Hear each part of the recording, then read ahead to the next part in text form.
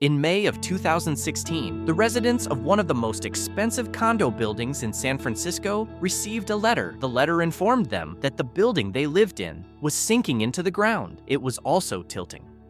By the time the letter arrived, the Millennium Tower at 301 Mission Street had already sunk roughly 16 inches. The original engineering report, written before construction, had predicted a maximum lifetime settlement of 4 to 6 inches over the entire lifespan of the building. The tower had blown through that prediction before it even opened to residents in 2009. The Millennium Tower is 645 feet tall. It is the tallest concrete residential building in San Francisco. The construction cost was around $350 million. Total sales generated $750 million. A penthouse unit sold for $13 million in 2016. And underneath all of that, the foundation was a friction pile system driven 60 to 90 feet into compacted sand. The piles never reached bedrock. I want to read you the original prediction one more time, because this is the number the entire story turns on. 4 to 6 inches of settlement over the entire life of the building. By 2014, the foundation had dished nearly 14 inches. By the time residents received their letter in 2016, the building was leaning visibly to the northwest. By 2018, you could roll a marble across an apartment floor and watch it pick up speed. I'm going to walk you through what happened next, because the public version of this story and the actual record of what happened are not the same story. The official version is a success. The actual version is more complicated, more expensive, and more honest. This is document number 1. The Millennium Tower file is open. The first thing to understand is who built this building and how. The developer was Mission Street Development, an affiliate of Millennium Partners. The architects were Handel Architects. The structural engineer was DeSimone Consulting Engineers. The geotechnical engineer, the firm responsible for understanding how the building would interact with the soil underneath it, was Treadwell and Rollo, and the construction was done by Webcor. In San Francisco before 2009, there was no rule that a tall residential tower had to have its foundation sunk all the way to bedrock. The Millennium Tower was approved without an independent peer review of its foundation design. The developer declined to submit to that review because they said it would have delayed construction by years. So the building went up on a friction pile foundation, sitting on compressed soil in a city built on landfill, in a seismically active zone. The decision to build it that way was a cost decision, a schedule decision, and a regulatory decision. It was not an engineering necessity. The Salesforce Tower next door, built later, went all the way to bedrock. So did every other major tower built in San Francisco after the Millennium Tower's problems became public. Within a year of opening, the building had already sunk more than the original report had predicted it ever would. By 2014, the Homeowners Association was running its own monitoring instruments and watching the foundation dish under the weight of the structure. By 2016, after the city of San Francisco threatened to red tag the building, the developer brought in a firm called Simpson Gumpertz and Heger to figure out what to do. Their answer was a fix. The fix would cost $100 million.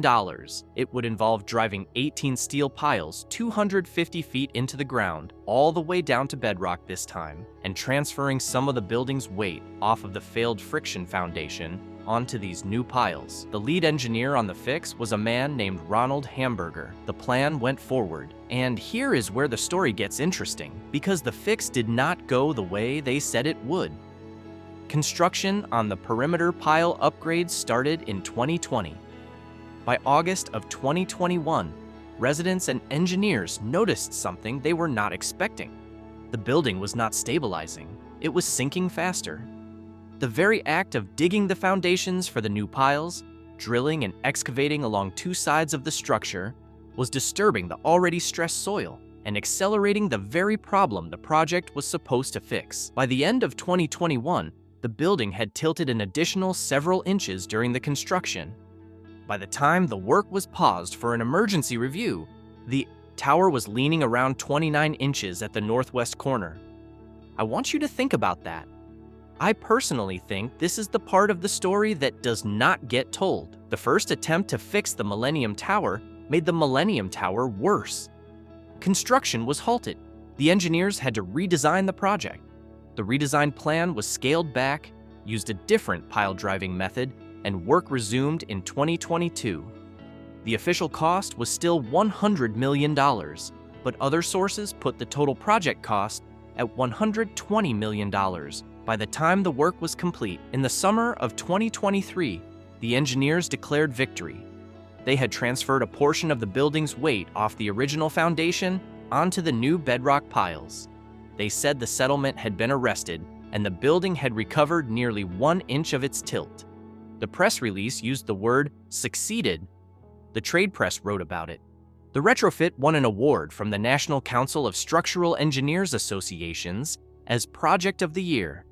And that is the version of the story that most people know, if they remember the Millennium Tower at all. Sinking building fixed by clever engineers. Success. Here is the part that is not in the press release. The same engineering team's predictive model, the model used to justify the fix and reassure residents and the city, had forecast up to 4 inches of tilt recovery within the first 6 months of completion. The actual recovery, as of the most recent monitoring data publicly available, was around 1 inch. That is 1/4 of what the model predicted. The lead engineer responded to this discrepancy by saying that tilt recovery was a secondary benefit, not a primary objective. Those words appear in the press record. The primary objective, he said, was just to stop the settlement. And on that narrow goal, by the engineer's own measure, the project succeeded. But there is more. After the fix was complete, monitoring detected something new. The building was now showing signs of dishing in the center of its mat foundation. Dishing means the middle of the foundation is sinking relative to the edges.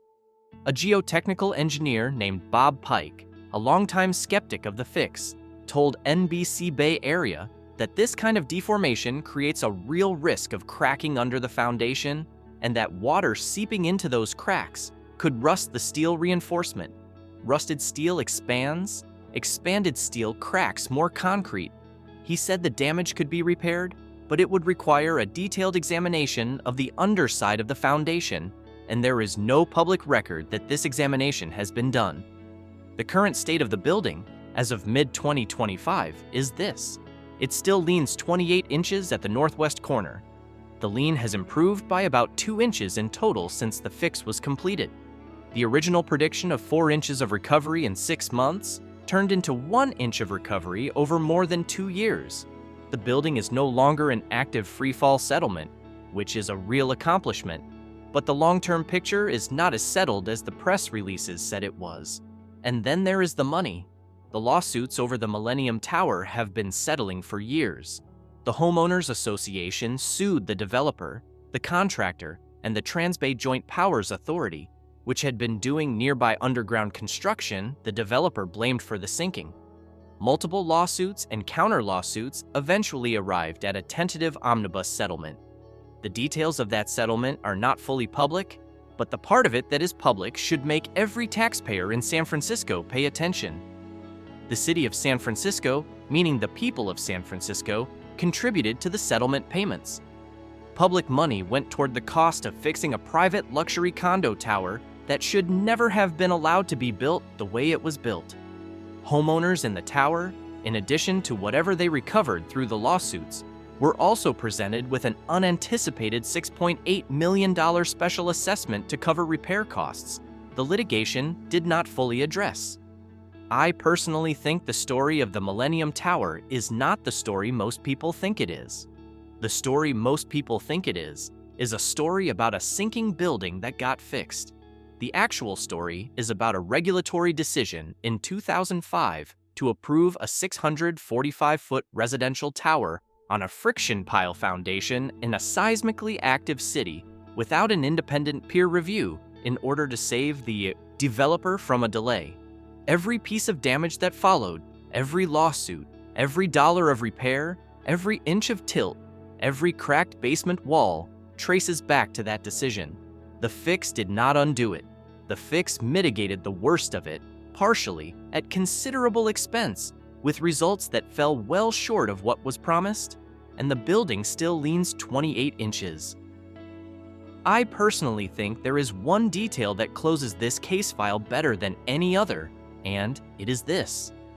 After the Millennium Tower's problems became public, the city of San Francisco changed its building code. Every high-rise built in the city since 2009 has had to anchor its foundation all the way to bedrock. That is now the rule. Independent geotechnical review is now required for any building over 240 feet. Both of those rules exist because of the Millennium Tower. The building did not just fail. It changed the law of the city it sits in because it failed so badly. That is what I personally think you take away from this story. The Millennium Tower is the reason every tower built next to it for the rest of San Francisco's history has had to be built more carefully. The cost of that lesson was $100 million in repairs, an unknown number of additional millions in legal settlements, public taxpayer dollars in San Francisco, and a 645-foot tower that still leans 28 inches today.